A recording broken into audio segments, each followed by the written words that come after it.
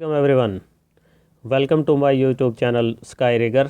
आज की वीडियो में हम बात करेंगे वेज सॉकेट के बारे में। वेज सॉकेट क्या होती है कि जो हम क्रेन यूज़ कर रहे हैं उसमें जो हम वायर रोप स्लिंग यूज़ करते हैं, जो क्रेन की जो वेंच होती है, जो पुली होती है, उस पर लिपटी होती है।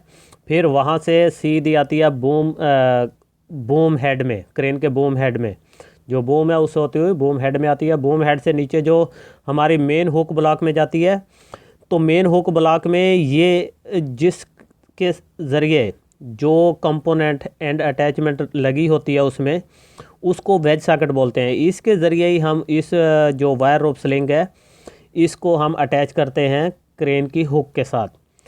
तो चलें आज की इसके बारे में बात करते हैं। ये एक कॉमन एंड अटैचमेंट है जो फील्ड में पाई जाती है, और इसको इंस्टॉल करना और डिसअसेंबल करना बहुत ही आसान होता है।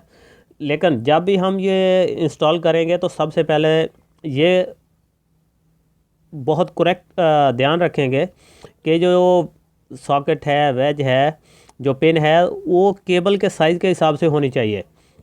और जब हम केबल के साइज़ के हिसाब से लेंगे तो फिर इसको जो है इसको इंस्टॉल करना बहुत इजी है। लेकिन कंफर्म कर लेंगे ये जो सॉकेट है, वेज है, पिन है, वो डैमेज वगैरह नहीं होनी चाहिए। तो ये आपके सामने राइट वे है। और सबसे पहले ये भी जब इंस्टॉल करते हैं तो इसको तसल्ली करनी है कि ये जो लाइव लाइन है वो जो सॉकेट है उसकी पिन के बिल्कुल सेंटर में होना चाहिए, यानी कि केबल इसके बिल्कुल सेंटर में होनी चाहिए जब ये इंस्टॉल करें। तो जब हम इसको ये केबल को इंटर करते हैं, ये देखें ये लाइव लाइन है और ये डेड एंड है। तो जब लोड उठाएंगे तो इसके स्लिपेज के जो चांसेस होते हैं, स्लिप हो सकती है।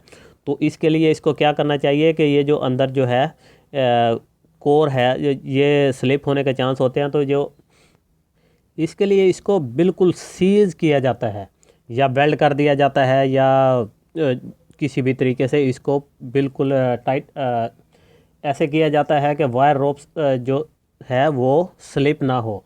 लेकिन ये जो स्ट्रैंड है इनको वेल्डिंग नहीं किया जाता है, ये ऐसे करेंगे तो वो रिकमेंड नहीं किए जाते हैं।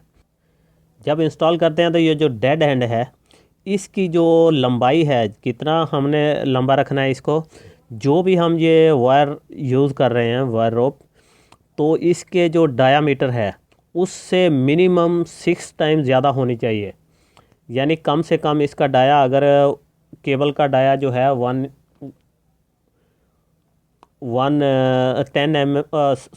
mm है सपोज़, तो जो इसका जो लेंथ होगी वो 6 टाइम होगी, 6 mm होनी चाहिए। यानी ये एक एग्जांपल के तौर पे है, यानी कि 6 टाइम होना चाहिए। लेकिन मिनिमम जो 6 इंच है उससे ये कम नहीं होना चाहिए।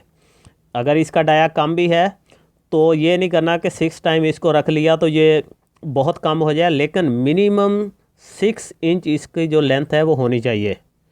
और जो रोटेशन रेजिस्टेंस रोप होती हैं, यानी कि ये तो और रोप की भी किस्में हैं, तो ये जो रोटेशन रेजिस्टेंस रोप होती हैं उसकी जो ये डेड एंड है, यानी इसको टेल भी बोलते हैं, दुम जैसे, तो इसकी जो लंबाई है कम से कम उसके डायामीटर से 20 गुना ज़्यादा होनी चाहिए। यानी कि वो थोड़ी पतली होती है, 20 गुना ज़्यादा होनी चाहिए। लेकिन ये भी अगर 20 गुना में उसका साइज़ बहुत कम है तो फिर भी ये 6 इंच से कम नहीं होनी चाहिए। इसमें इस चीज़ का इंस्टॉल करते हुए इस चीज़ का बहुत ख्याल रखना है। जब हमने ये सब कर लिया तो उसके बाद इसको सिक्योर करने के कौन से तरीके हैं, यानी कि बहुत सारी जगह होता है कि जो लाइव लाइन है उसके साथ ही इसको वायर रोप क्लिप लगा के तो होल्ड करके टाइट कर दिया जाता है। ये बिल्कुल रॉन्ग है।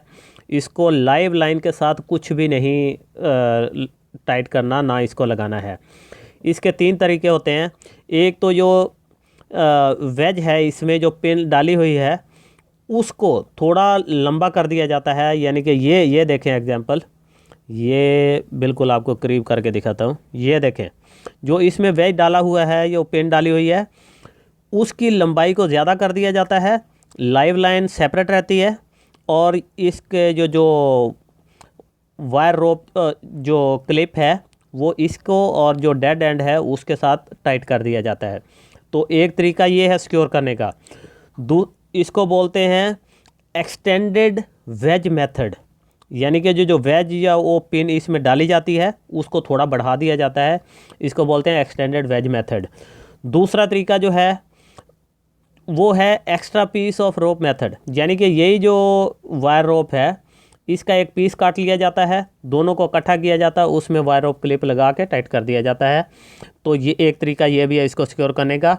लेकिन सबसे बेस्ट और जो सबसे ज़्यादा यूज़ किया जाता है तरीका अब, तो वो है कि लूप बैक मेथड, यानी कि यही जो हमारे जो डेड एंड होगा इसको थोड़ा लंबा खींचेंगे, कम से कम 12 to 15 इंच, और उसको लूप करेंगे तो ये 6 इंच मिनिमम इसकी लेंथ होनी चाहिए। इसको करेंगे, फिर इसको इसी के साथ जो है वो लगा देंगे वायर रोप क्लिप से, इन दोनों को टाइट कर देंगे। तो इस तरह ये सिर्फ होल्ड के लिए होगा, क्योंकि असल लोड तो ये लाइव लाइन पे आ रहा है, तो इस तरह ये स्लिपेज नहीं होगी बिल्कुल। जब ये टाइट करेंगे तो जो हमने वेज इसमें डाला हुआ है, जो पिन डाली हुई है, वो और टाइट हो जाएगी और ये जगह इससे ये यहाँ पे होल्ड कर लेगी। तो हमारा जो पूरा लोड है वो लाइव लाइन पे जाएगा, डेड एंड पे नहीं जाएगा। तो उम्मीद करता हूँ ये वीडियो आपको पसंद आई होगी और आपको पता चल गया होगा कि कैसे वेज सॉकेट को इंस्टॉल करते हैं।